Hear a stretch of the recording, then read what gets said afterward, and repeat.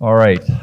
Many of us know the name Sam Houston, and if you don't know who that was, you certainly probably know the name Houston, Texas, and the city is named for him.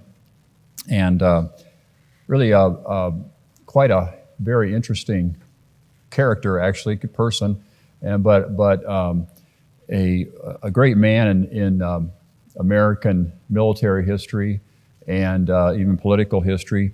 But something that a lot of people don't know I want to talk about this morning. And Sam Houston arrived in Texas from Virginia in 1832. In 1835, he was elected Major General of the Texas troops. Texas at that time was not a part of the Union. Texas was really a part of Mexico. It was a state of Mexico. And just a quick history, and this is very broad brush, so I'll miss some things here, but Texas was settled by a lot of some American or American citizens, and there was a mixture of Mexican and American citizens in that land. And Texas was always very independent-minded. One of the reasons would be because of that. And one of the things that they kind of became their own separate governing. They had an agreement with the country of Mexico that they would be allowed to have personal freedoms, individual freedoms. They would be allowed to have religious freedoms. That was very important to them. And everything went along okay for a while. And then a man by the name of Santa Anna came to power. He was a military dictator in Mexico. And he basically threw that agreement out. And he invaded Texas a couple of times, brought troops into Texas, and we know the story of the Alamo. This happened right about that time. I'm not sure the exact year of the Alamo, but a few days, about 2 weeks after the Alamo, Santa Anna brought 1,500 of his troops back into Mexico and killed another 350 Texans.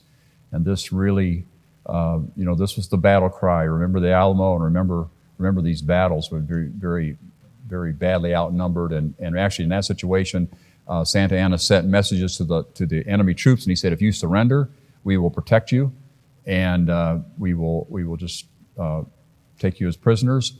And they surrendered, and he killed them all. He just went against his word and killed them all. A few escaped to tell that story. So about 23 days later, this brings in our Sam Houston. He led his men to a city, I think San Tino, and had a great victory there, captured Santa Anna, and really Texas, this is the beginning of the Texas freedom. And that's just a quick overview of what happened there. But so as I said, when the rising storm of opposition to Mexico was brought to war, he dealt this crushing blow to Santa Anna and really brought independence to the republic. He became a delegate to the 1836 convention in Texas, and he insisted in getting the republic recognized by the United States. He was elected governor of Texas in 1859. So Sam Houston was born on March 2nd of 1793, and he really, I tell you that story, and then tell you a little bit about him personally. He was a very profane man. He was a hard-living man, hard-drinking man, very profane man. Wanted nothing to do with spiritual matters. His education was limited, but he obviously was a brilliant person because of these. Just read these to you. For after he enlisted in the United States Army, he became a lieutenant. Later, he was a lawyer, a district attorney, adjutant general, congressman, and the governor of Tennessee. All that's before he ever came to Texas. So really quite a life. But then after he moved to Texas in, I think it was about 1840, he met a young lady. And this young lady was the daughter of a Baptist minister. And it really is through her influence and her prayers, really a remarkable woman, that he was saved. Again, up to this point, he'd been really a wicked man, just in fact, he had quit as the governor of Tennessee because of his drinking, and just quit and went away. And it was after that he came to Texas and was saved.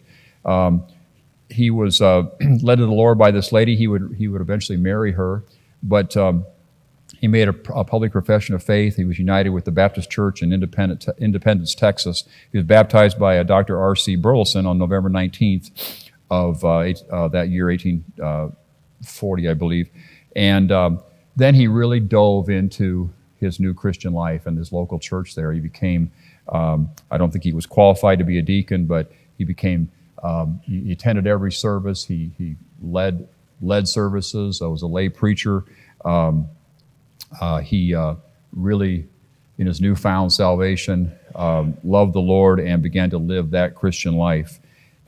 He said here, when he lay dying in his home in Huntsville, Texas, he expressed to his family and friends his implicit faith in the Savior as he died. And so after Texas was admitted to the Union, Sam Houston served as United States Senator for 14 years. He was inaugurated governor of Texas on December 21st, 1859, and that was the beginning of the very trying days of the Civil War.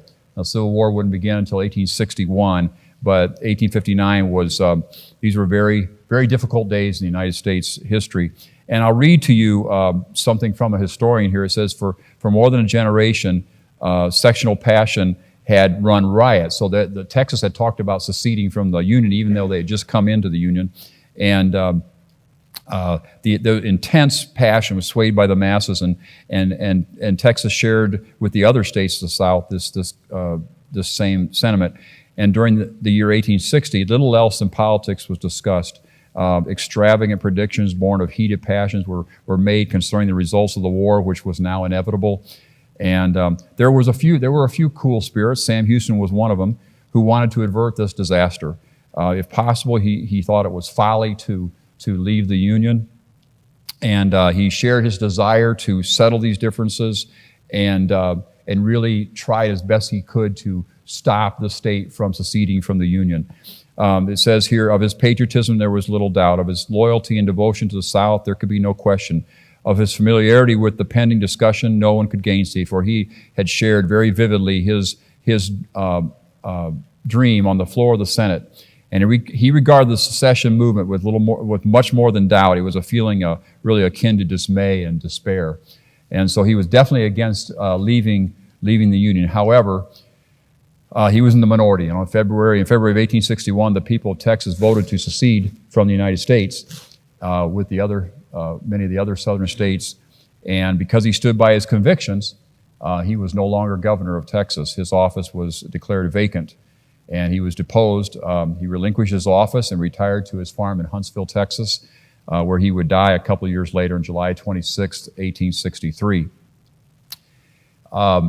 History has a way of vindicating fallen heroes, and today Texans revere the name of Sam Houston.